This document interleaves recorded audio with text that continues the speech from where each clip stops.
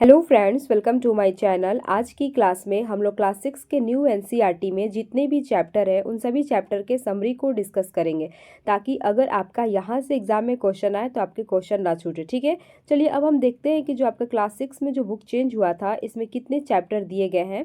तो देखिए यहाँ पर बात करते हैं कि जो आपका क्लास 6 का जो बुक चेंज हुआ है इसमें आपके 12 चैप्टर है। तो अभी हम एक एक चैप्टर के करके प्रत्येक चैप्टर के एनसीईआरटी समरी को डिस्कस करेंगे। ठीक है, तो सबसे पहला चैप्टर है आपका विज्ञान का अनूठा संसार। तो चलिए इस चैप्टर को हम लोग देखते हैं। देखिए यहाँ पर आपका ये बुक में सबसे इम्पॉर्टेंट पार्ट आपको देखने को मिला, हो सकता है ये आपके पेडागोजी में आ जाए, कि यहाँ पर लिखा है कि विज्ञान केवल तथ्यों और आंकड़ों को याद करना अथवा केवल प्रयोग करना नहीं है। ठीक है, विज्ञान क्या है? तो विज्ञान चरण दर चरण प्रक्रिया का पालन करते हुए हमारे प्रश्नों का उत्तर ढूंढने में सहायक होता है। हम अपने प्रश्नों का उत्तर कैसे ढूंढते हैं? तो चरण दर चरण प्रक्रिया का पालन करते हुए। ठीक है, तो अब देखिए ये कौन कौन से चरण है तो उसको भी हम लोग देखते हैं। तो देखिए यहाँ पर क्या कह रहा है, यहाँ पर आपके दिए गए हैं चरण, तो इसको आप लोग ध्यान रखिएगा। ठीक है, अब हम यहाँ पर एक एक करके सभी चरणों को देखेंगे। देखिए सबसे पहले यहाँ पर कह रहा है कि सबसे पहले हमें रुचिकर लगता है या जिसे हम समझ नहीं पाते हैं, हम उसका क्या करेंगे? अवलोकन करेंगे, ऑब्जर्वेशन करेंगे। ठीक है, पहला में हम क्या करेंगे? जो हमें रुचिकर लगता है या जिसे हम समझ नहीं पाते उसका हम अवलोकन करेंगे। फिर इसके बाद दूसरा कह रहा है कि यह हमें अचंभित करता है और शायद हम इसके बारे में एक प्रश्न सोचते हैं। इसके बाद आप थिंकिंग करते हैं और एक प्रश्न सोचेंगे। ठीक है, पहला में क्या करेंगे? पहला में आप अवलोकन करेंगे, दूसरा में आप करेंगे क्या? थिंकिंग करके एक प्रश्न सोचते हैं। ठीक है, इसके बाद हम उस प्रश्न के संभावित उत्तर का क्या करते हैं? अनुमान लगाते हैं। तीसरा में आप क्या करेंगे? तो अनुमान लगाएंगे। चौथा में कह रहा है कि इस अनुमान को हम प्रयोग और अधिक अवलोकनों द्वारा क्या करेंगे? सत्यापित करेंगे। ये चौथा है। इसके बाद देखिए पांचवा में क्या कह रहा है, देखिए इसके बाद हम परिमाणों का विश्लेषण करने का प्रयास यह देखने के लिए करते हैं कि क्या इसे वास्तव में हमारे प्रश्न का उत्तर प्राप्त हुआ या नहीं। ठीक है, तो इन 5 स्टेप को आप लोग याद रखिएगा। यहाँ से हो सकता है कि आपके पेडागोजी में क्वेश्चन दे दे। ठीक है, तो ये जो आपके पांचों स्टेप है ये क्या काम करेंगे? आपको किसी भी आपके प्रश्न का क्या करेंगे? चरण दर चरण प्रक्रिया का पालन करते हमारे प्रश्नों का उत्तर ढूंढने में ये 5 आपके स्टेप सहायता करेंगे। ठीक है, तो सबसे पहले आप समझ गए कि इसमें आपको क्या करना है। सबसे पहले आप किसी भी चीज़ का उसका अवलोकन करेंगे, उसके बारे में एक प्रश्न सोचेंगे, फिर उसका अनुमान लगाएंगे, फिर और अधिक प्रयोग और अधिक क्या करेंगे? उस पर अवलोकन करेंगे, और इसके बाद आप देखेंगे कि जो हमने प्रश्न सोचा क्या उसका उत्तर प्राप्त हुआ या नहीं। ठीक है, तो इन 5 स्टेप को आप लोग ध्यान में रखिएगा। इसके बाद देखिए नेक्स्ट क्या कह रहा है, यहाँ पर हम बात करते हैं कि वैज्ञानिक वे लोग होते हैं जो समस्याओं का हल ढूंढने अथवा नई वस्तुओं की खोज करने के लिए वैज्ञानिक विधि का प्रयोग करते हैं। तो वैज्ञानिक विधि का ये प्रयोग कैसे करते हैं? समस्याओं का हल ढूंढने अथवा नई वस्तुओं की खोज करने के लिए किसका प्रयोग करते हैं? वैज्ञानिक विधि का प्रयोग करते हैं। ठीक है, आगे बात करते हैं। यहाँ पर इस लाइन को भी आप लोग याद रखिए कि विज्ञान एक व्यापक और अंतहीन पहेली जैसा है। ठीक है, ये कैसा है? तो अंतहीन जिज्ञासा पहेली जैसा है। विज्ञान एक व्यापक और अंतहीन जिज्ञासा पहेली जैसा है। ठीक है, चलिए इस चैप्टर में आपके यही इंपॉर्टेंट थे। अब हम नेक्स्ट चैप्टर को डिस्कस करते हैं। यहाँ पर देखिए अगला चैप्टर है आपका, वो है सजीव जगत में विविधता। ठीक है, सजीव जगत में विविधता, इस चैप्टर के अब हम लोग समरी को डिस्कस करते हैं। देखिए यहाँ पर पहला लाइन कह रहा है कि हम विविध प्रकार के पौधे और जीव जंतु से घिरे हुए। ठीक है, और देखिए पौधे और जंतुओं की ऐसी विविधता को हम क्या कहते हैं? जैव विविधता का एक भाग है। ठीक है, यहाँ तक आप समझिए कि यह बायोडायवर्सिटी का एक भाग है। यहाँ कह रहे हैं कि पौधे और जंतुओं के समूह उनके बीच समानता और विभिन्नता के आधार पर क्या कहते हैं? भिन्नता के आधार पर बनाए जा सकते हैं। पौधे में जड़, तना, फूल, पत्तियां इत्यादि से संबंधित विशेषताओं के आधार पर समानताएं और विभिन्नताएं होती हैं। नेक्स्ट कह रहा है कि पौधे और जंतुओं को उनकी सामान्य विशेषताओं के आधार पर समूह में व्यवस्थित करने की विधि को हम क्या कहते हैं? समूहन कहते हैं, यानी कि ग्रुपिंग कहते हैं। यहाँ तक आप समझ गए।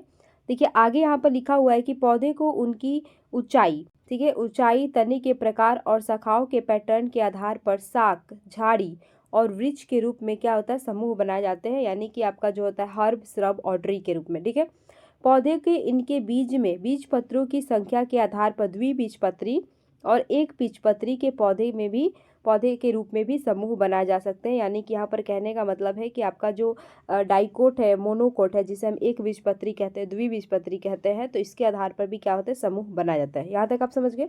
देखिए आगे यहाँ पर कह रहा है, ये लाइन बहुत ज़्यादा इंपॉर्टेंट है, इसे नोट कर लीजिएगा। ये आपने पढ़ा भी है कि एक बीजपत्री पौधे सामान्यतः अपनी पत्तियों में समांतर सिरा विन्यास प्रदर्शित करते हैं। यहाँ तक आप समझ गए। इनकी जकड़ा जो जड़ें होती है वो कैसी होती है, तो रेशेदार होती है, यानी कि जकड़ा जड़ें होती है। जबकि द्विबीजपत्री पौधे की पत्तियां कैसे होती है, जलिका रूपी सिरा विन्यास होता है, और इसमें जो जड़ें होती है वो कैसी होती है, मूसला जड़ें पाई जाती है। अब देखिए इसको हम समझते हैं। देखिए यहाँ पर कह रहा है कि एक बीजपत्री, याद रखिएगा, एक बीजपत्री को हम क्या कहते हैं, एक मिनट, देखिए एक बीजपत्री को हम कहते हैं मोनोकॉट, ठीक है। जो आपका मोनोकॉट है उसे हम एक बीजपत्री कहते हैं। इसकी पत्तियां कैसी होती है, समांतर सिरा विन्यास होती है, ठीक है, जो पका पैरेलल होता है। समांतर सिरा विन्यास कुछ इस तरह की पत्तियां होती है, ऐसे जो आपका इस तरह की पत्तियां जाती है, जैसे कि आप केले की पत्तियां देखे हैं, इस तरह की पत्तियां हो गई। अब इसमें कह रहा है कि इसकी जड़ें जैसी कैसी होती है, तो रेशेदार होती है, यानी कि फाइब्रस रूट। इसकी जड़ें कुछ आपको इस तरह से दिखेगी। तो इसमें आप तीन चीज़ें देख गए, इसकी जड़ें कैसी होती है, फाइब्रस होती है, ठीक है। इसकी जो पत्तियां होती है वह कैसा होता है, तो समांतर यानी कि पैरेलल होता है। और ये किस तरह के पौधे में पाया जाता है, तो एक बीजपत्री में, यानी कि मोनोकॉट में पाया जाता है। ये आप समझ गए। अब कह रहे हैं कि जबकि द्विबीजपत्री पौधों की पत्तियां कैसी होती है, जालिका रूपी सिरा विन्यास होता है, और इसमें मूसला जड़ें पाई जाती है। अब देखिए द्विबीजपत्री कौन सा पौधा हुआ, तो उसको समझते। देखिए यहाँ पे कह रहा है कि आपका डाइकोट के बारे में बात कर रहा है। डाइकोट यानी कि द्विबीजपत्री की बात कर रहा है। तो इसकी पत्तियां देखिए, मान लेते पौधा है तो इसकी पत्तियां आपको कुछ ऐसे दिखेगी, ये इसमें ऐसे ऐसे रहेगा, ठीक है। ये तो हुआ आपका जालिका रूपी। और इसकी जो जड़ें होती है वो कैसी होगी, मूसला जड़ें, यानी कि आपका फाइब्रस रूट होगा। सॉरी कह रहे हैं मूसला जड़, यानी कि टैप रूट होगा, ठीक है। अब देखिए यहाँ पर टैप रूट की बात करें तो इसमें कैसा होगा, तो ये आपका कुछ इस तरह से रहेगा, और यहाँ से इसे इसमें ऐसे निकला रहेगा, ठीक है। तो ये हुआ आपका कौन सी जड़े, तो ये हुआ आपका मूसला जड़े हुआ, ये आपका मूसला जड़े हुआ, ठीक है, टैप रूट हुआ।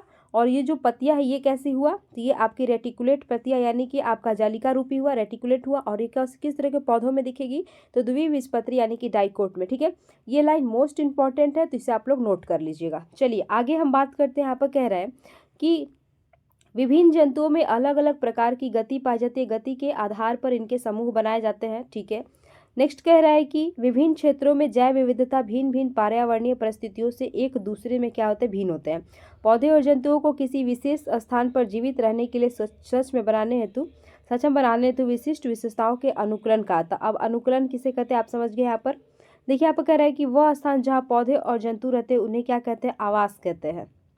यहाँ पर कह रहा है कि आवास के आधार पर भी जंतु और पौधों को थलीय और जलीय के रूप में क्या होता है, समूह बनाए जाते हैं। नेक्स्ट यहाँ पर कह रहे हैं कि आवास की क्षति में जैव विविधता को हानि होती है, क्योंकि पौधे और जंतु अपने निवास, भोजन और अन्य संसाधनों से क्या हो जाते हैं, वंचित हो जाते हैं। हमें अपने ग्रह को जीवन से परिपूर्ण बनाए रखने के लिए जैव विविधता की रक्षा करनी चाहिए, ताकि पौधे और जंतु बचे रहे और इसका मतलब फलते फूलते रहे। यहाँ पर आपका सिर्फ मोस्ट इंपॉर्टेंट आपका लाइन एक ही है जिसको आपको बस ध्यान में रखना है, ये लाइन है आपका ये वाला, ठीक है। तो इसे आप लोग याद रखिएगा। चलिए अब हम नेक्स्ट चैप्टर को डिस्कस करते हैं। अगला आपका तीसरा चैप्टर है यहाँ पर उचित आहार और स्वस्थ शरीर का आधार। तो चलिए इस चैप्टर के समरी को हम लोग डिस्कस करते हैं। देखिए इस चैप्टर में हम लोग कुछ बातें को जानते हैं जो आपके एग्जाम में पूछे गए थे। यहाँ पर कह रहा है कि ध्रुवीय भालू की त्वचा के नीचे अत्यधिक वसा पाई जाती है, ठीक है। ये याद रखिएगा, ये आपका पूछा गया था, कहाँ पाई जाती है, तो त्वचा के नीचे पाई जाती है। इसके बाद कह रहा है कि यह वसा ऊर्जा स्रोत के रूप में कार्य करती है। यह उनकी कई महीनों, जैसे यह लंबे जो सर्दी के मौसम होते हैं, तो लंबी सर्दियों की क्या होता है, नींद की अवधि के समय क्या होता है, बिना खाना खाइए क्या उन्हें जीवित रखने में सहायता करता है, ठीक है। यानी कहने का मतलब है कि जो ध्रुवीय भालू है उनकी त्वचा के नीचे क्या होता है, अत्यधिक वसा होता है। यह वसा क्या करती है, एक ऊर्जा स्रोत के रूप में काम करती है। क्या होता है कि जब सर्दियों का मौसम आता है तो ये गहरी नींद में चले जाता है, ठीक है। और उस समय क्या होता है, यह बिना खाना खाए भी जीवित रह सकते हैं। तो यहाँ तक आप समझ गए, इसे आप लोग नोट कर लीजिएगा। देखिए ये आपका कुछ इंपॉर्टेंट टर्म है, तो इसे आप लोग ध्यान रखिए। देखिए यहाँ पर कह रहा है भोजन के मुख्य घटक। देखिए विटामिन की सबसे पहले हम लोग बात करते हैं, तो यहाँ पर देखिए विटामिन ए की बात करते हैं। तो ये क्या करता है, इसका काम क्या है विटामिन ए का, कि आंखों और त्वचा को क्या करता है, ये स्वस्थ रखता है, ठीक है। और ये कब पाया किस में जाता है, तो आपके पपीता में पाया जाता है, गाजर में पाया जाता है, आम में और दूध में, यानी कि पपाया, कैरोट, मैंगो, मिल्क में ये आपका विटामिन ए पाया जाता है। और ये इसका देखिए इसकी कमी से क्या होता है, तो लॉस ऑफ विजन, यानी कि बात करते हैं कि दृष्टि का ह्रास या क्षति होता है, यानी कि लॉस ऑफ विजन होता है, ठीक है। इसके बाद बात करते हैं यहाँ पर लक्षण देखिए तो दुर्बल दृष्टि, अंधेरे में कम दिखाई देता है, रतौंधी यहाँ पर है, कभी कभी पूर्ण रूप से भी दिखाई देना बंद हो जाता है। तो विटामिन ए की कमी से कौन कौन रोग होता है? विटामिन ए की कमी से क्या होता है कि दृष्टि का ह्रास या क्षति हो जाता है। और ये किस में पाया जाता है? तो पपीता, गाजर और आम और दूध में पाया जाता है। ठीक है, देखिए आगे हम बात करते हैं यहाँ पर विटामिन बी। देखिए विटामिन बी को विटामिन बी1 भी कहते हैं। यहाँ पर हम बात कर रहे हैं, यहाँ पर विटामिन बी1 की सबसे पहले बात करते हैं। तो यहाँ पर कह रहा है कि हृदय को स्वस्थ रखता है, ठीक है, और शरीर को विभिन्न कार्य करने में भी सहायता करता है। और किसमें ये पाया जाता है? तो ये फलियां, मेवे, संपूर्ण अनाज, बीज, दूध इत्यादि दूध से बने पदार्थों में पाया जाता है। और इससे विटामिन बी से कौन सा रोग होता है? तो याद रखिएगा विटामिन बी से आपका बेरी बेरी रोग होता है। मोस्ट इंपॉर्टेंट है कि विटामिन से कौन सा रोग होता है, ठीक है। और इसके सिम्टम्स क्या है? तो देखिए इसमें सूजन होता है, हाथों और पैरों में जलन होता है, झंझनाहट होता है और सांस लेने में आपको परेशानी भी होती है। यहाँ तक आप समझ गए। अब देखिए हम विटामिन सी की बात करते हैं। तो इससे क्या होता है कि शरीर को रोगों से बचाता है। ये इसके फंक्शन क्या है विटामिन सी का? कि शरीर को रोगों से बचाएगा, ठीक है। विटामिन सी आपका आंवला, अमरूद और हरी मिर्च, संतरा, नींबू में पाया जाता है। विटामिन सी से कौन सा रोग होता है? स्कर्वी होता है। इसमें देखिए क्या होता है कि मसूड़ों से खून आता है, घाव भरने में अधिक समय लगता है। ये वाला चीज़ आपका क्वेश्चन में पहले आ चुका है प्रीवियस ईयर में, कि जो विटामिन सी है जो आपका स्कर्वी होता है, ये कौन से विटामिन के कारण, मतलब सिम्टम्स है इसका कि मसूड़ों से खून निकलता है और घाव भरने में अधिक समय लगता है। तो वो है आपका विटामिन सी, ठीक है। देखिए नेक्स्ट की बात करते हैं यहाँ पर। तो नेक्स्ट आपका कह रहा है कि विटामिन डी से क्या होता है कि अस्थि और दांतों के स्वास्थ्य के लिए, शरीर के लिए कैल्शियम के अवशोषण में सहायक है, ठीक है। ये आपका विटामिन डी का फंक्शन हुआ। अब देखिए बात करते हैं किसमें पाया जाता है। तो सूर्य के प्रकाश में पाया जाता है, दूध में पाया जाता है, मक्खन, मछली, अंडा में पाया जाता है विटामिन डी, ठीक है। और विटामिन डी से होने वाला रोग कौन है? तो वो है आपका रिकेट्स। इसमें क्या होता है कि अस्थियों का मुलायम होकर मुड़ जाना। विटामिन डी से भी क्वेश्चन पूछा हुआ है कि अस्थियों का मुलायम होकर मुड़ जाना ये किस विटामिन की कमी से होता है? तो विटामिन डी की कमी से होता है। तो इसे आप नोट करिए, ठीक है। आगे बात करते हैं। देखिए कैल्शियम की वजह से क्या होता है? तो यह कैल्शियम क्या करता है कि हमारी अस्थियों और दांतों को स्वस्थ रखता है। कैल्शियम आपका किसमें पाया जाता है? दूध, दूध, दही और चीज, पनीर में, ठीक है। ये क्या होता है कि कैल्शियम की कमी से अस्थि और दंत क्षय होता है, यानी कि आपका दांत टूटने लगता है। इसमें आपकी अस्थियां क्या होती है? कमजोर हो जाती है और दंत क्षय होने लगता है। यहाँ तक आप समझ गए। अब देखिए बात करते हैं नेक्स्ट क्या कह रहा है कि आयोडीन की बात करें। तो देखिए आयोडीन का क्या काम है कि शरीर और मानसिक क्रियाओं में क्या होता है? ये सहायता करता है। आयोडीन की वजह से आपको कौन सा रोग होता है? घेंगा गॉइटर होता है। ये क्वेश्चन भी आपके एग्जाम में पूछा था। इसमें क्या होता है कि गर्दन के अग्र भाग में आपका सूजन हो जाएगा। अब देखिए आयरन की बात करते हैं यहाँ पर। तो आयरन जो होता है लौह तत्व है। यह क्या होता है? रक्त का महत्वपूर्ण घटक है। यह किस में पाया जाता है? तो हरे पत्तेदार साग, चुकंदर, अनाज में। और इसमें क्या होता है कि आयरन की कमी से क्या होता है कि खून की कमी हो जाएगी, जिससे हम एनीमिया या रक्तलपता कहते हैं, ठीक है। इसमें क्या होता है? दुर्बलता और सांस लेने में कठिनाई होती है। तो ये जो आपको चीज़ यहाँ पर दिया हुआ है ये बहुत ज़्यादा इम्पॉर्टेंट है, ठीक है। तो इसे आप लोग नोट कर लीजिएगा, क्योंकि यहाँ से आपके एग्जाम में विटामिन से क्वेश्चन पूछे गए हैं प्रीवियस ईयर में, और साथ ही साथ आपके कैल्शियम से भी है, आयरन से भी और आयोडीन से भी क्वेश्चन पूछे गए थे, ठीक है।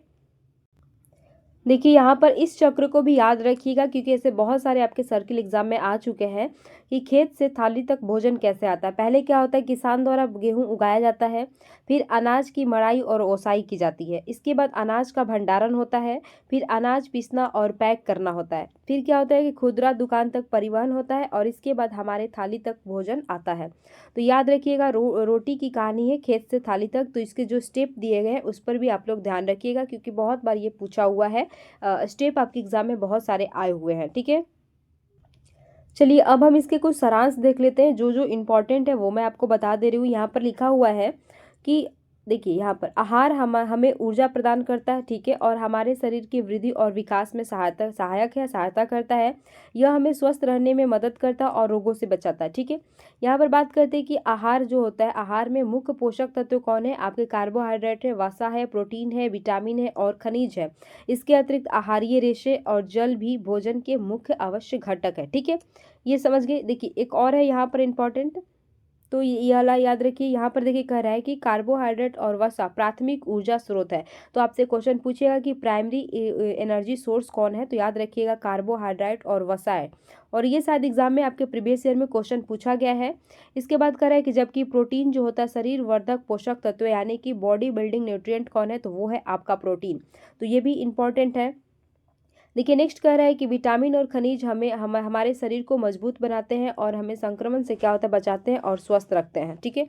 संतुलित आहार उचित मात्रा में सभी अनिवार्य पोषक तत्व प्रदान करता है तथा इसमें पर्याप्त मात्रा में आहारीय रेशे और जल उपलब्ध रहते हैं। यहाँ पर आपका ये भी इम्पोर्टेंट है। देखिए यहाँ पर कह रहा है कि मिलेट को मोटा अनाज, यह क्या होता है, मिलेट को मोटा अनाज भी कहते हैं क्योंकि यह हमारे शरीर को सामान्य कार्य करने के लिए आवश्यक मात्रा में पोषक तत्व प्रदान करते हैं। इसकी खेती विभिन्न जलवायु परिस्थितियों में आसानी से की जाती है। ठीक है। साथ ही साथ आप ये भी याद रखिए किसी खाद्य पदार्थ को उसके उत्पादन के स्थान से उपभोक्ता तक, ठीक है, उत्पादन के स्थान से कहाँ तक, तो आपके उपभोक्ता तक। ठीक है। यहाँ पर समझ गए कि प्रोडक्शन से कंज्यूमर तक तय की गई कुल दूरी को हम क्या कहते हैं, खाद्य मील कहते हैं, यानी कि फूड मिल्स कहते हैं। ये आप लाइन याद रखिएगा। चलिए इस चैप्टर में यही इंपॉर्टेंट थे। अब अगला हम नेक्स्ट चैप्टर को डिस्कस करते हैं। चलिए अब हम नेक्स्ट चैप्टर को डिस्कस करते हैं जो है आपका चैप्टर नंबर 4, चुंबकों को जाने। ठीक है। ये भी मोस्ट इंपॉर्टेंट चैप्टर है। तो चलिए अब इसके समरी को डिस्कस करते हैं। यहाँ पर देखिए बात करते हैं इसके सारांश की। तो यहाँ लिखा है कि चुंबक के दो ध्रुव होते हैं, उत्तरी ध्रुव और दक्षिणी ध्रुव, यानी कि नॉर्थ पोल और साउथ पोल। ठीक है। यहाँ पर कह रहा है कि चुंबकीय ध्रुव हमेशा उत्तरी ध्रुव और दक्षिणी ध्रुव के जोड़े में ही रहते हैं। जब भी आपको चुंबक मिलेगा उसमें उत्तरी ध्रुव और दक्षिणी ध्रुव दोनों आपके रहेंगे। ठीक है। एकल उत्तरी ध्रुव या एकल दक्षिणी ध्रुव का अस्तित्व नहीं होता। अगर आप सिंगल नॉर्थ पोल या सिंगल साउथ पोल की बात करते हैं तो उसका कोई अस्तित्व नहीं है। ठीक है। यहाँ कह रहा है कि चुंबकीय पदार्थ वे पदार्थ होते हैं जो चुंबक को या फिर चुंबक की ओर आकर्षित होते हैं। ठीक है। जो चुंबकीय पदार्थ होते हैं वह चुंबक की ओर आकर्षित होते हैं और जो अचुंबकीय पदार्थ होते हैं वह चुंबक की ओर आकर्षित नहीं होते हैं।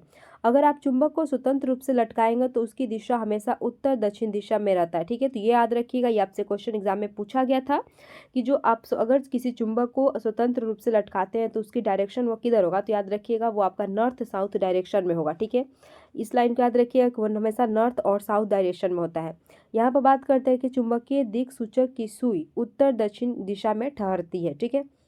नेक्स्ट कह रहा है कि जब दो चुंबक के एक दूसरे को समीप लाया जाता है तो समान ध्रुव जैसे कि उत्तर और उत्तर यानी नॉर्थ पोल और नॉर्थ पोल या फिर साउथ पोल या साउथ पोल एक दूसरे को क्या करेंगे, प्रतिकर्षित करेंगे, यानी कि दूर भेजेंगे। ठीक है।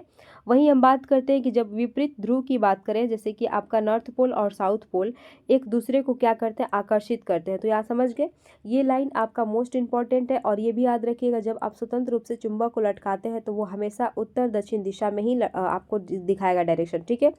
ये दो आपके इम्पॉर्टेंट थे।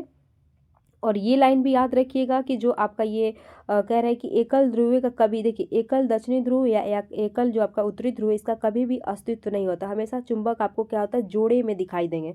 यहाँ तक आप समझ गए। चलिए आगे इसके में और कुछ दिया है उसको हम फिगर के माध्यम से समझते हैं। देखिए यहाँ पर क्या कह रहा है कि चुंबक कहता है कि मनुष्यों ने मुझे अपनी आवश्यकता के अनुरूप अलग अलग आकार और आमाप में बनाया है। यद्यपि मेरे ध्रुव सदैव जोड़े में रहते हैं, चाहे मेरा आकार और आमाप कुछ भी हो। जैसे कि यहाँ पर आप देखें कि यहाँ पर आपको कुछ चुंबक बनाए आपको मिलेंगे। ठीक है। तो यहाँ पर देखिए इस तरह का अगर चुंबक बनाते हैं तो नॉर्थ पोल है, साउथ पोल है। अगर इस तरह से चुंबक बनाते हैं तो इधर इसका नॉर्थ पोल, इधर इसका साउथ पोल। अगर आप इस तरह का चुंबक बनाते हैं तो इसका नॉर्थ पोल ऊपर और साउथ पोल आपका नीचे है। ठीक है। इसमें भी देख सकते हैं, यानी कि किसी भी आप चुंबक बना लें, चाहे वो बेलनाकार चुंबक बनाए, चाहे वलय चुंबक बनाए, चाहे गोलाकार चुंबक बनाए, हमेशा उसमें नॉर्थ पोल साउथ पोल हमको हमेशा देखने को मिलेगी। ठीक है। चाहे आप किसी भी प्रकार का चुंबक बना लें। तो ये अभी कुछ अलग अलग आकृति और शेप साइज का मतलब चुंबक है, लेकिन इसमें हमेशा नॉर्थ पोल और साउथ पोल रहता है। यानी कि किसी भी चुंबक में हमेशा नॉर्थ पोल और साउथ पोल रहेगा। जैसे कि आपने अभी ऊपर में पढ़ा, यहाँ पर आपने पढ़ा ना कि चुंबकीय ध्रुव हमेशा उत्तरी और दक्षिणी ध्रुव के जोड़े में ही रहता है। एकल उत्तरी ध्रुव या दक्षिणी ध्रुव का कोई अस्तित्व नहीं है। ठीक है।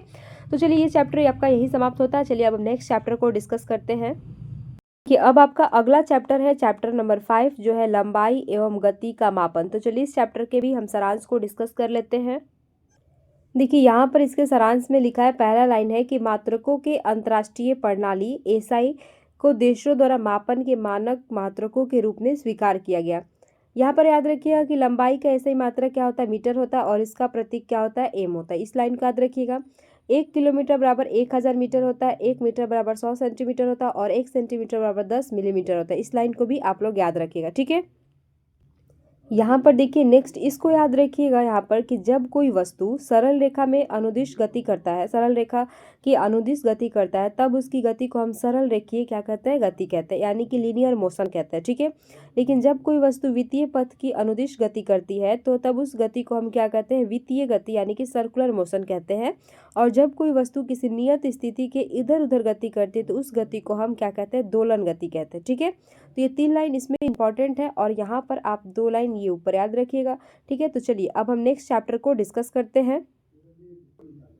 अब देखिए आपका अगला चैप्टर है चैप्टर नंबर 6 के हमारे आसपास की सामग्री। तो चलिए इसके भी समरी को हम लोग डिस्कस करते हैं। चलिए इस चैप्टर के भी हम कुछ इंपॉर्टेंट टर्म को लाइन को डिस्कस कर लेते हैं। तो यहाँ पर देखिए कहा हुआ है कि सामग्रियाँ उनके स्वरूप के आधार पर समूहों में बांटी जा सकती है, जैसे कि आपका विद्युत में यानी कि चमकदार होगा, विद्युतहीन, चमकहीन, और कुछ को स्पर्श के अनुभव के आधार पर भी, जैसे कि कठोर है या नरम है। ठीक है। सामग्रियों को पारदर्शी, पारभासी या फिर अपारदर्शी के रूप में भी वर्गीकृत किया जा सकता है, जैसे कि ट्रांसपेरेंट हुआ, ट्रांसलूसेंट हुआ या फिर ओपेक हुआ। ठीक है। यह वर्गीकरण इस बात पर डिपेंड करता है कि हम उनके आर पार कितनी स्पष्टता से देख सकते हैं। यहाँ पर देखिए कुछ और भी बात है कि कुछ सामग्रियाँ जल में घुलनशील होती है जबकि कुछ अघुलनशील होती है। कोई भी वस्तु जो स्थान घेरती है जिसका द्रव्यमान होता है उसे हम क्या कहते हैं, उसे हम द्रव्य कहते हैं। ठीक है। अब देखिए यहाँ पर कह रहे हैं कि द्रव्य द्वारा घेरा गया स्थान को उसका हम क्या कहते हैं, आयतन कहते हैं। और द्रव्यमान किसी वस्तु में द्रव्यमान द्रव की मात्रा का मापन है। ठीक है। चलिए अब हम नेक्स्ट चैप्टर को डिस्कस कर लेते हैं। देखिए अब आपका अगला चैप्टर है ताप एवं उसका माप। तो इस चैप्टर को भी चलिए हम लोग देखते हैं। देखिए यहाँ पर पहला लाइन क्या कह रहा है कि किसी वस्तु का ताप बताता है कि वह कितनी गर्म है या कितनी ठंडा है। ठीक है। जो उसका आपका टेम्परेचर होता है वो क्या बताता है कि ये चीज़ कितना गर्म है, कितना ठंडा है। ठीक है। यहाँ पर बात करते हैं कि स्वादिक उपयोग में लाए जाने वाले 3 तापक्रम हैं। पहला है आपका सेल्सियस स्केल, दूसरा है फ़ारेनहाइट स्केल, तीसरा है केल्विन स्केल। और इन मापक्रमों में ताप का मात्रक क्या है, डिग्री सेल्सियस है, जिसे हम क्या होता है, सी से दर्शाया जा सकता है। डिग्री फ़ारेनहाइट है जिसे एफ से दर्शाया जाता है, और केल्विन है जिसे हम के से दर्शाते हैं। ठीक है। देखिए इन सब के बारे में आप ऑलरेडी क्लास 6 के प्रीवियस जो आपका बुक था उसमें पढ़े हैं। ठीक है। तो इसमें कुछ थोड़ा सा अपडेट करके दिया हुआ है, लेकिन बात आप वही है जो उसमें पढ़ चुके हैं। यहाँ पर बात करते हैं कि ताप का ऐसा ही मात्रक क्या है, केल्विन है। डॉक्टरी थर्मामीटर का उपयोग किस लिए होता है, मानव शरीर का ताप मापने के लिए। और मैंने आपको क्या पढ़ाया था कि डॉक्टरी थर्मामीटर में जो आपका होता है कि इसे कितना डिग्री सेल्सियस है, 35 डिग्री सेल्सियस से कितना डिग्री, 42 डिग्री सेल्सियस तक के चीज़ों को मापा जाता है। ठीक है। क्योंकि हमारे शरीर का तापक्रम कितना होता है, 37 डिग्री सेल्सियस होता है, यानी कि 98.6 डिग्री फ़ारेनहाइट होता है। तो ये आप याद रखिएगा। इसके बाद कह रहे हैं कि प्रयोगशाला तापमापी का परिसर का रेंज कितना होता है। जो मैंने आपको पढ़ाया था कि लेबोरेटरी थर्मामीटर का कितना रेंज होता है, तो वो होता है -10 डिग्री सेल्सियस से 110 डिग्री सेल्सियस। ये क्वेश्चन आपके एग्जाम में पूछा हुआ था। ठीक है। तो इसमें आपका इंपॉर्टेंट है कि जो आपका लेबोरेटरी थर्मामीटर है उसका रेंज कितना होता है, -10 से 110 डिग्री सेल्सियस। हमारे शरीर का तापक्रम कितना होता है, 37 डिग्री सेल्सियस होता है और 98.6 डिग्री फ़ारेनहाइट में होता है, फ़ारेनहाइट में। ठीक है। और डॉक्टरी थर्मामीटर का भी आप लोग परिसर याद कर लीजिए। तो बस यही चीज़ इंपॉर्टेंट थी। तो चलिए अब हम नेक्स्ट चैप्टर को डिस्कस कर लेते हैं। चलिए यहाँ पर आपका अगला चैप्टर है जल की विविध अवस्थाओं की यात्रा। ठीक है। अगला 8वां चैप्टर को हम लोग डिस्कस करते हैं। चलिए अब हम इसके समरी को डिस्कस कर लेते हैं। तो यहाँ पर पहला लाइन कह रहा है कि जल के वाष्प अवस्था में परिवर्तन होने के प्रक्रम को हम वाष्पीकरण कहते हैं या फिर वाष्पन यानी कि इवोपरेशन कहते हैं। ठीक है। यहाँ कह रहे हैं कि जल वाष्प के द्रव अवस्था में परिवर्तन होने के प्रक्रम को हम क्या कहते हैं, संघनन कहते हैं। नेक्स्ट कह रहे हैं कि जल विभिन्न अवस्थाओं में पाया जाता है, जैसे कि ठोस में, द्रव में और गैस, तीनों अवस्था में होता है। तापन और शीतलन करने पर जल अपनी अवस्था क्या कर लेते हैं, बदल लेते हैं, यानी कि हीटिंग और कूलिंग करने पर जल क्या करते हैं, अपनी अवस्था को बदल लेते हैं। परिस्थितियाँ जो वाष्पीकरण को तीव्र और धीमा बनाती है वो क्या है, वो है संपर्क का क्षेत्र, नमी, हवा इत्यादि। तो इस लाइन को याद रखिएगा। ठीक है। जो आपके वाष्पीकरण को तीव्र और धीमा बना देता है वो क्षेत्र वो क्या है, तो वह संपर्क का क्षेत्र, नमी, हवा और हवा की गति। ठीक है। नमी और हवा की गति और संपर्क का क्षेत्र। ठीक है। इसके बाद कह रहा है कि वाष्पीकरण में शीतलन प्रभाव उत्पन्न होता है, वाष्पीकरण से शीतलन प्रभाव उत्पन्न होता है। यहाँ कह रहा है, ये भी इंपॉर्टेंट है। यहाँ पर कह रहा है कि वायु में विद्वान जलवाष्प संघनित होकर छोटी छोटी जल की बूंदें बनाती है जो बादल जैसा दिखाई देती है। बहुत सी छोटी जल की बूंदें परस्पर मिलकर वर्षा, हिम अथवा ओले का रूप में गिरती है। ठीक है। देखिए यहाँ पर नेक्स्ट की बात करते हैं। देखिए नेक्स्ट क्या कह रहा है, यहाँ पर देखिए नेक्स्ट कह रहा है कि पृथ्वी की सतह तथा वायुमंडल के बीच जल का चक्रण को हम क्या कहते हैं, जल चक्र कहते हैं। हमने वाष्पीकरण संघनन की अवधारणाओं की जानकारी प्राप्त करने के लिए अवलोकन, प्रश्न करने, संभावित कारण और इसे प्रयोग इत्यादि की प्रक्रिया का उपयोग किया। ये लाइन आपका मोस्ट इम्पॉर्टेंट है। मोस्ट इम्पॉर्टेंट मतलब आप VVI लगा लीजिए, क्योंकि इस तरह के क्वेश्चन ही आपके पैडागोजी में पूछेंगे कि हमने वाष्पीकरण और संघनन की अवधारणाओं की जानकारी प्राप्त करने के लिए क्या क्या चीज़ें की है। तो अवलोकन किया है, प्रश्न किया है और संभावित कारण के इत्यादि प्रयोग इत्यादि की प्रक्रिया का उपयोग किया है। ठीक है, तो ये आपका मोस्ट इम्पॉर्टेंट है। चलिए अब हम अगला चैप्टर को डिस्कस करते हैं। अब आपका अगला चैप्टर है यहाँ पर दैनिक जीवन में पृथक्करण विधियाँ। ठीक है, ये सब आपने पढ़ा हुआ है लेकिन इसमें आप देख लीजिए। तो चलिए इस चैप्टर के समरी को डिस्कस करते हैं। देखिए यहाँ पर पहला लाइन क्या कह रहा है, हस्त चयन यानी कि हाथ से चुनने की प्रक्रिया, जो मैंने आपको बताया था हैंड पिकिंग करके की प्रक्रिया का उपयोग मिश्रण में ठोस पदार्थों को उनके अमाप, रंग, आकृति के आधार पर पृथक करने के लिए किया जाता है। ठीक है, तो ये किस लिए जब हम हस्त चयन का उपयोग करते हैं, हाथों का उपयोग करते हैं, तो उसमें हम ठोस पदार्थों को उसके अमाप, रंग, आकृति के आधार पर करते हैं। जैसे कि आप सुबह सुबह चावल बीनते हैं तो उसमें कुछ अलग रंग का, अलग अमाप का या अलग आकृति का दिखाई देता है, तो उसे हम चावल से अलग करते हैं। ठीक है, देखिए नेक्स्ट कह रहा है कि वह प्रक्रिया जिसमें अनाज को फूलों को पीटकर उसमें अनाज पृथक किया था उसे हम थ्रेसिंग कहते हैं। मैंने आपको बताया था थ्रेसिंग किसे कहते हैं। तो सुखाकर अनाज को धूप में सुखाकर उसे क्या किया था, किसी भी चौकी या फिर पत्थर पर क्या होता है, पीटा जाता है, पीट कर उसको अलग किया था, तो उसे हम क्या कहते हैं, थ्रेसिंग कहते हैं। ठीक है, इसके बाद कह रहा है कि बहती हवा या पवन का उपयोग करके हल्के भूसे को भारी अनाज से पृथक करने को हम ओसाई यानी विनोइंग कहते हैं। ये भी मैंने आपको बता दिया था। एक चलनी का उपयोग करके कणों के अमाप और विभिन्नता के आधार पर मिश्रण में से ठोस पदार्थों को पृथक्करण प्रक्रिया को हम छानना कहते हैं। ये भी मैंने आपको बताया था। जैसे कि आप बालू को भी बड़े बड़े जो घर बनते हैं वहाँ भी बालू को इसी तरह चलनी पर फेंका जाता है। ठीक है, तो ये सब देखिए आपका जो 6 क्लास का NCERT है, जो प्रीवियस बुक था वही सब है। ठीक है, चलिए आगे बात करते हैं, एक बार और देख लेते हैं इसको। यहाँ पर कह रहा है कि वाष्पीकरण का वाष्पन वह प्रक्रिया जिसमें एक द्रव अपने वाष्प में परिवर्तित होता है। ठीक है, इसका प्रयोग एक द्रव में घुले ठोस को पृथक करने के लिए किया जाता है। तो याद रखिएगा इसका वो उस प्रक्रिया को हम क्या कहते हैं, वाष्पीकरण कहते हैं। नेक्स्ट कह रहा है कि किसी द्रव के तल पर भारी अघुलनशील अवयव का जमा हो जाने की प्रक्रिया को अवसादन कहते हैं। ये भी मैंने आपको पढ़ाया था कि अवसादन क्या है, सेडिमेंटेशन क्या है। कि कोई भी मान लेते ये जल था, इसमें गंदगी आपका यहाँ पर नीचे जो बढ़ जाती है इसी को हम क्या कहते हैं, अवसादन कहते हैं। ठीक है, अब देखिए आप अगर जब बर्तन को तिरछा करके द्रव को निकाल दिया था तो उस प्रक्रिया को हम क्या कहते हैं, निस्तारण कहते हैं, डिकेंटेशन कहते हैं।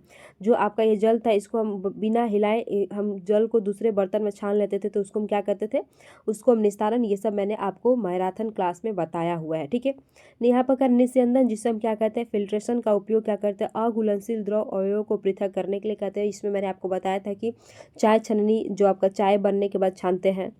नेक्स्ट कर रहा है कि मथनी का उपयोग दही से मक्खन निकालने के लिए किया था। ये इंपॉर्टेंट है, इसे आप याद रखिएगा। यहाँ पर कह रहा है चुंबक का उपयोग करके चुंबकीय तथा अचुंबकीय पदार्थों का पृथक्करण करने की प्रक्रिया को चुंबकीय पृथक्करण कहते हैं। मतलब जैसे गंगा नदी में चुंबक को फेंकिए, जो भी चुंबक में सटने वाला चीज़ है वो चुंबक में सट कर बाहर आ जाएगा, तो इस तरह से वो अलग हो जाएगा। ठीक है, तो यही सब चीज़ें हैं जो आपको मैंने पढ़ा रखा है, लेकिन आपका न्यू NCERT में है। आपके अंदर से बेचैनी था कि भाई न्यू NCERT भी पढ़ लेना, इससे एग्जाम में क्वेश्चन आ जाए, तो सेम टू सेम देखिए वही सब है। ठीक है, चलिए अब हम नेक्स्ट चैप्टर को डिस्कस कर लेते हैं। चलिए अब हम अगला चैप्टर को डिस्कस करेंगे, सजीव विशेषताओं का अन्वेषण। ठीक है, इस चैप्टर को भी हम लोग डिस्कस करते हैं। चलिए इसके समरी को डिस्कस करते हैं। देखिए यहाँ पर मच्छर का जीवन चक्र के बारे में यहाँ पर बताया हुआ है। ठीक है, तो यहाँ पर मैंने आपको जब सेरीकल्चर बताया था तो उसमें बताया था कि एक मादा सेरीकल्चर क्या करती है, बहुत सारे अंडे देती है शहतूत के पौधे पर। तो मच्छर भी क्या करता है, पहले वो अंडे देता है। ठीक है, जो ये मादा मच्छर है वो क्या करता है, वयस्क मच्छर अंडे देता है। यह अंडा आपका लार्वा बनता है, उसमें हम क्या कहते हैं, इसे कटरपिलर कहते थे। ठीक है, तो लार्वा बनता है और लार्वा के बाद वो भी आपका प्यूपा बन रहा था, तो इसमें मच्छर भी आपका प्यूपा बनता है। और प्यूपा के बाद वो भी आपका एक वयस्क मादा बन रही थी, जो आपका सेरीकल्चर में हम लोगों ने पढ़ा था, रेशम का कीड़ा। तो इसमें भी यह वयस्क मच्छर बनता है। ठीक है, तो सेम टू सेम आपको वही प्रक्रिया है जो आपने उसमें पढ़ा था सेरीकल्चर में। तो याद रखिएगा, पहले अंडा आएगा, उसके बाद लार्वा आएगा, उसके बाद प्यूपा आएगा, प्यूपा आगे चलकर वयस्क मच्छर या फिर वयस्क आपका रेशम का कीट बनता है। ठीक है, चलिए आगे हम बात करते हैं। यहाँ पर देखिए आपको मेढक के जीवन चक्र के बारे में बताया गया। ठीक है, कि मेढक के जीवन चक्र क्या होता है, तो याद रखिएगा यहाँ पर आपको दिया हुआ है कि मेढक के जीवन चक्र में 4 अवस्थाएं आपको देखने को मिलेगी। एक आपका अंड अवस्था, अंडावस्था है, ठीक है। एक दूसरा है आपका टेडपोल, जिसमें आप मछली के बच्चे को भी नहीं पहचान सकते कि मछली का है या मेढक का है। फिर तीसरा है आपका यहाँ पर मुडकक यानी कि फॉर्गलेट अवस्था, ये फिर वयस्क मेढक बनेगा। तो यहाँ पर आप देख सकते हैं इस फिगर में जो आपको यहाँ पर बताया गया कि एक वयस्क मेढक जो होता है यह क्या करता है, अंडा देता है, ठीक है। तो ये आपको जो प्रोसेस बताया गया यही मेढक का जीवन चक्र है। तो मेढक अपने जीवन चक्र में 4 अवस्थाओं को पूरा करता है। चलिए अब आगे डिस्कस करते हैं। देखिए यहाँ पर इसके कुछ समरी को डिस्कस कर लेते हैं। यहाँ पर कह रहा है कि हमारे आसपास की वस्तुओं को सजीव और निर्जीव में क्या किया गया, श्रेणीकृत किया गया, ठीक है। इसके बाद फिर आपका कह रहा है कि सजीवों की मूल विशेषता है कि वे क्या करते हैं, वे गति करते हैं, फिर वो खाना खाते हैं, साथ ही साथ वो क्या करते हैं, वृद्धि करते हैं, सांस लेते हैं, उत्सर्जन करते हैं, उद्दीपन के प्रति अनुक्रिया करते हैं, जनन करते हैं और मरते हैं। तो ये सभी क्या है, ये सभी आपके सजीवों की विशेषता है। इनमें से किसी भी विशेषता की अनुपस्थिति इंगित करती है कि वे सजीव नहीं है।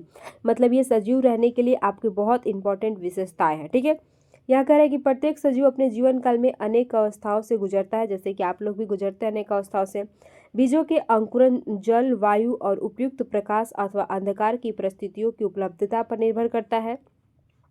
फिर आपका नीचे कह रहा है कि बीजों के अंकुरन के समय जड़ें सामान्यतः नीचे की ओर, जबकि परोह ऊपर की ओर वृद्धि करता है। ये क्वेश्चन भी मोस्ट इंपॉर्टेंट है, ये आया हुआ है कि जो जड़ होता है वो नीचे की ओर वृद्धि करता है और जो इसका परोह होता है वो ऊपर की ओर वृद्धि करता है, ठीक है। तो ये आप याद रखिएगा। चलिए आगे हम बात कर लेते हैं। और भी कुछ इसमें दिया हुआ है कि एक पौधे का जीवन चक्र बीज के अंकुरन से आरंभ होता है और उसके बाद वह वृद्धि और विकास की अनेक अवस्थाओं से गुजरता है। उसमें पुष्पन और बीज उत्पादन सम्मिलित है। इनके जीवन चक्र के दौरान उत्पन्न बीज नए पौधे को अंकुरित नए जो बीज है नए पौधे के रूप में अंकुरित हो जाते हैं और यह चक्र जारी रहता है, ठीक है। नेक्स्ट कह रहा है कि एक जंतु का जीवन चक्र जनन के फलस्वरूप नवजात के जन्म से आरंभ होकर वृद्धि और विकास के विभिन्न अवस्थाओं से गुजरता है। तत्पश्चात वयस्क अवस्था आती है और अंततः मृत्यु हो जाती है। जनन की प्रक्रिया जीव की निरंतरता को सुनिश्चित करता है, ठीक है। आपने मच्छर वाला में पढ़ा था, तो मच्छर की बात करें तो मच्छर अपने जीवन काल में अंडे देता है, लार्वा बनता है, लार्वा से प्यूपा और फिर वयस्क अवस्थाओं से गुजरते हैं। मेढक के जीवन की अवस्थाओं में अंडे, टेडपोल, मुंडुकक यानी कि फ्रॉगलेट और वयस्क अवस्थाएं शामिल, यानी कि 4 अवस्था। एक आपका अंडा है, दूसरा टेडपोल है, तीसरा है फ्रॉगलेट है और चौथा है वयस्क, ठीक है। यहाँ पर कह रहा है कुछ सजीव जैसे कि मच्छरों और मेढकों के जीवन चक्र के विभिन्न अवस्थाओं में महत्वपूर्ण परिवर्तन होते हैं। ये परिवर्तन उनके शरीर के आकार, संरचना और कभी कभी आवास में भी देखे जाते हैं। तो ये रही इस चैप्टर की समरी। चलिए अब हम अगले चैप्टर के समरी को डिस्कस कर लेते हैं। देखिए आपका अगला चैप्टर है प्रकृति की अमूल्य संपदा। तो चलिए इसको भी हम लोग डिस्कस करते हैं। देखिए यहाँ पर इसके चलिए अब समरी को डिस्कस करते हैं। तो यहाँ पर कह रहा है कि अधिकांश संसाधन जो हमारे अस्तित्व के लिए आवश्यक है वो प्राकृतिक द्वारा प्रदान किया जाता है, ठीक है। प्राकृतिक द्वारा प्रदत्त संसाधनों को प्राकृतिक संसाधन कहते हैं और मैंने आपको प्राकृतिक संसाधन पढ़ाए हुए हैं। कुछ महत्वपूर्ण प्राकृतिक संसाधन जैसे कि वन, वायु, जल, मृदा, चट्टानें, खनिज, जीवाश्म ईंधन है और सूर्य से ऊर्जा है। यहाँ पर कह रहे हैं कि मनुष्य द्वारा अपनी आवश्यकताओं को पूरा करने के लिए बनाए गए संसाधनों को हम मानव निर्मित संसाधन कहते हैं और प्राकृतिक संसाधनों को नवीकरणीय संसाधन और अनवीकरणीय संसाधन में वर्गीकृत किया गया है। यानी कि यहाँ पर कह रहा है कि एक संसाधन आपका जीवन भर रहेगा और एक संसाधन आपका धीरे धीरे खत्म हो जाएगा, जिसमें मैंने आपको पढ़ाया था कि पेट्रोलियम है, कोयला है और प्राकृतिक गैस है, ठीक है। आगे की बात करते हैं। यहाँ पर देखिए कह रहा है कि वे संसाधन जिसकी पूर्ति एक उचित अवधि के भीतर प्राकृतिक प्रक्रियाओं द्वारा हो जाती है उसे हम क्या कहते हैं, नवीकरणीय संसाधन कहते हैं।